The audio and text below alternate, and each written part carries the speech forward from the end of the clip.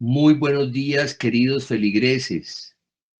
Al asistir virtualmente a la celebración de la misa de hoy o al meditar el evangelio que se proclamará en las misas, seguro estoy de que nos van a impactar muchísimo estas palabras del Señor cuando dice: les aseguro que un rico difícilmente entrará en el reino de los cielos, y vuelve y lo repite. Y al impactarnos de esa manera esta expresión, lo que debemos hacer a renglón seguido es saberla interpretar bien. Hay que ser buenos intérpretes de la palabra del Señor. Y para interpretarla bien, habría que preguntarse, ¿será que el rico solo por el hecho de ser rico pierde el acceso a la puerta de los cielos? ¿Y será que el pobre por el simple hecho de ser pobre tiene ya asegurada y garantizada la puerta de acceso al reino de los cielos? ¿Quién lo sabe? Porque yo he tenido la oportunidad en mis años de ministerio sacerdotal de tratar con personas, si no ricas, al menos de estable condición social y con una fe muy robusta y firme, personas de oración, personas de una esperanza y de una caridad muy constante, además personas muy solidarias con los más pobres.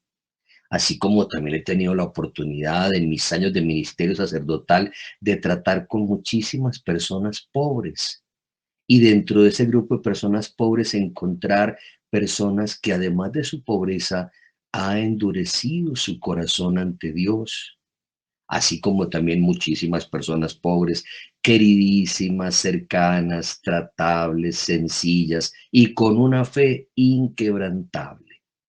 Por eso, ¿será que para interpretar este evangelio habrá que poner esos límites tan rígidos de la condición social de las personas? Pero bueno, miren, no es tan importante que yo haya conocido ricos o pobres o que ustedes los conozcan. Lo importante es detallar que Jesús sí conoció personas ricas y personas pobres y darnos cuenta cómo fue que actuó frente a unas y frente a otras. Y para unas y para otras hay que decir, Jesús vino a tratar con todos y a invitar a todos, a ricos y pobres, al reino de los cielos. Personas ricas que conoció Jesús, destacables. Una, por ejemplo, el fariseo Nicodemo, con quien conversaba muy amigablemente sobre esos temas del misterio del reino de los cielos. O como cuando se le acercó aquel centurión que tenía uno de sus siervos sufriendo, y Jesús no solamente concede esa petición que le hace el centurión, sino que además alaba su fe. ¿Y qué me dicen ustedes de todas aquellas mujeres mencionadas en el Evangelio de San Lucas que, como dice el texto, con sus recursos le ayudaban a Jesús en su tarea itinerante, carismática? ¿Y qué decir además de aquella vez en que Jesús, entrando a Jericó, sobre el primero que puso sus ojos y al que le habló de primeras, pues fue nada menos que al pequeño Zaqueo, pequeño en estatura, pero de grandes riquezas? Hoy entraré a tu casa y estaré contigo y cenaremos. Y así fue. Y allí entonces Jesús dijo que ha llegado la salvación a esa casa, a la casa de ese rico. ¿Y qué tal ese otro rico que después de la muerte de Jesús tomó una sábana limpia y envolvió cuidadosamente el cuerpo sin vida de Cristo y luego lo llevó a un sepulcro nuevo? ¿No era José de Arimatea, un hombre rico, como dice claramente San Mateo? Así que miren ustedes las actitudes de Jesús frente a los ricos, de amistad, de cercanía y de llamada constantemente a su reino. Así como también trató muchísimos pobres, y se conmovió del hambre y multiplicó para ellos los panes y los peces, y se conmovió de su pobreza y de sus enfermedades y de su desolación, y estuvo con ellos e hizo tantas y tantas discursos y signos para atraerlos también a su reino. Así que las cosas no son como las imaginamos cuando oímos a Jesús decir, qué difícil será para un rico entrar en el reino de los cielos. Luego, aquí lo que es importante resaltar, mis queridos amigos, es la actitud del corazón frente a Cristo. Seamos pobres o seamos ricos, ¿cuál es nuestra actitud de corazón frente al modo de vida del Señor Jesús? Porque este evangelio de hoy está indisolublemente unido al evangelio que se proclamó ayer del encuentro del Señor con el joven rico, porque al final el joven rico lo que tuvo fue vergüenza del modo de vida de Jesús, porque Jesús lo llama a seguirle deshaciéndose de todo, y a ella no pudo. A ella dijo, no, hasta ahí sí ya tampoco.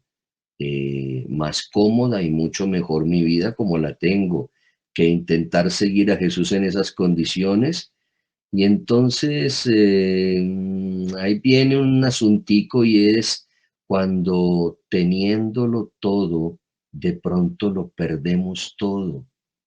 Cuando fuimos unos creyentes en la riqueza y luego por aquellas vueltas que da la vida caemos en situaciones de pobreza y ya entonces como que nos avergüenza ser creyentes, pero todavía más. ¿Acaso muchas veces nosotros, pobres o ricos, no miramos como con mucha extrañeza a esos que llamamos hombres y mujeres que se han entregado a los institutos de vida consagrada? ¿Y acaso no nos hacemos una cantidad de preguntas cada que escuchamos oír que hay personas que siguen a Cristo en castidad, pobreza y obediencia? ¿Y acaso no decimos, yo no creo mucho en la castidad de las monjitas o de los curas, no creo mucho? Y en la pobreza de ellos tampoco, y la obediencia, pues quién sabe.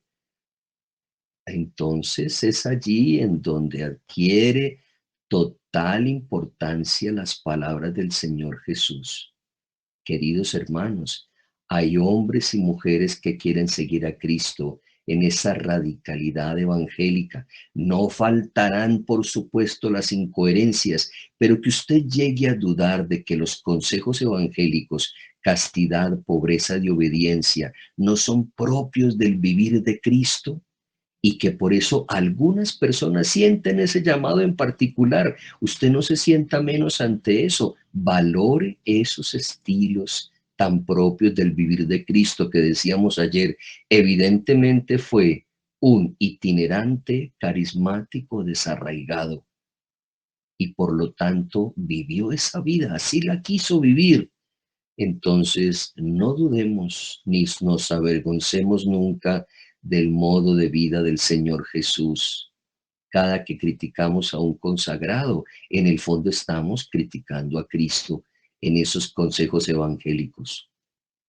Y recordemos además que el Señor Jesús en el capítulo final de San Mateo nos va a decir que el haber vivido así en todo ese desarraigo y en toda esa pobreza, eso se perpetuará a lo largo de la historia, porque Jesús seguirá presente en el desarraigado.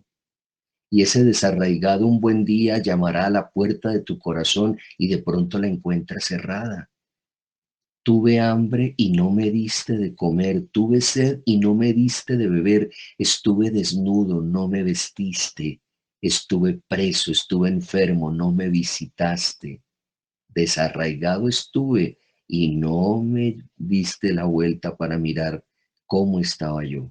Seguiste caminando derechito sin conmoverte ante mi desarraigo.